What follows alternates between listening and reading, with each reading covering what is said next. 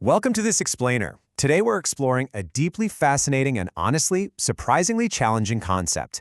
It comes straight from a brilliant short text called The Fluidity of Conviction. And guys, it's a true masterclass in what we call intellectual humility. We're going to look closely at how our minds hold on to information and, more importantly, how we can let it go.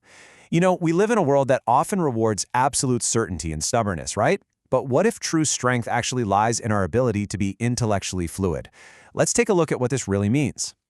Are you married to your ideas? I mean, take a second and really think about it. The source material asks us to deeply examine our rigid attachments to our own thoughts. We've all got beliefs we've carried for years. We nurture them, we defend them, and over time, we almost take a vow to them.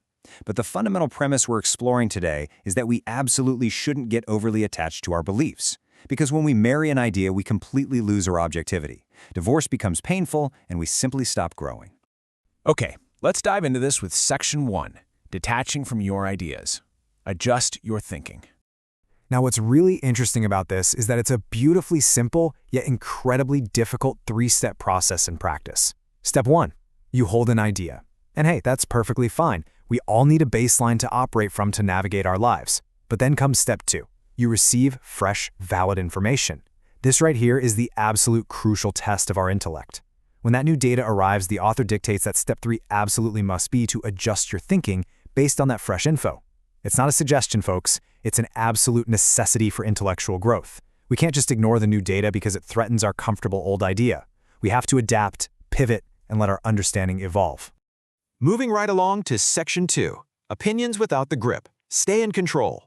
And this brilliantly illustrates how the source material strikes a really delicate balance here. You can, in fact, hold on to an opinion. Having a viewpoint isn't a bad thing at all. We all have preferences and perspectives. But the danger is when that dynamic flips. Never let your opinions hold on to you.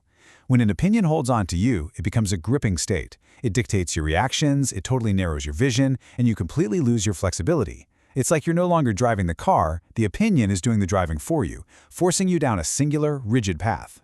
Which brings us to Section 3, Rational Thinking. Protect your mind. So just like the previous level, having personal beliefs is completely normal, healthy, and human.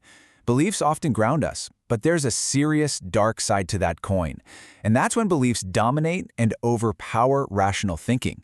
Those specific words from the text, dominate and overpower, they paint such a vivid, almost violent picture of what happens inside our own minds. We are heavily urged to fiercely protect our rational thinking, because if we aren't careful, our deeply held convictions will literally hijack our logic. We start ignoring facts, dismissing solid evidence, and twisting reality just to serve the belief that has overpowered our mind. And finally, Section 4, Ideology and Compassion. Keep your generosity.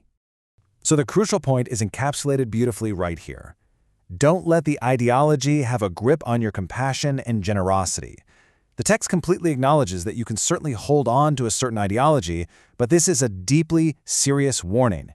We cannot let rigid and flexible ideologies strangle our basic human warmth. When our dedication to an ideology becomes stronger than our ability to be kind, open, and generous to the actual person sitting right across from us, well, we've lost our way entirely.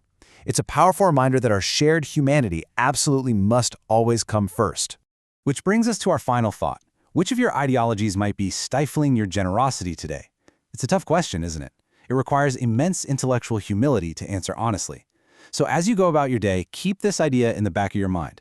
Pay attention to those moments where your beliefs make you rigid, or where your opinions grip you, or where your ideology actually stops you from being compassionate. Remember, the goal isn't to be empty of ideas, but to remain fluid, adaptable, and most importantly, generously human. Thank you so much for joining me for this explainer, and I challenge you to stay unattached out there.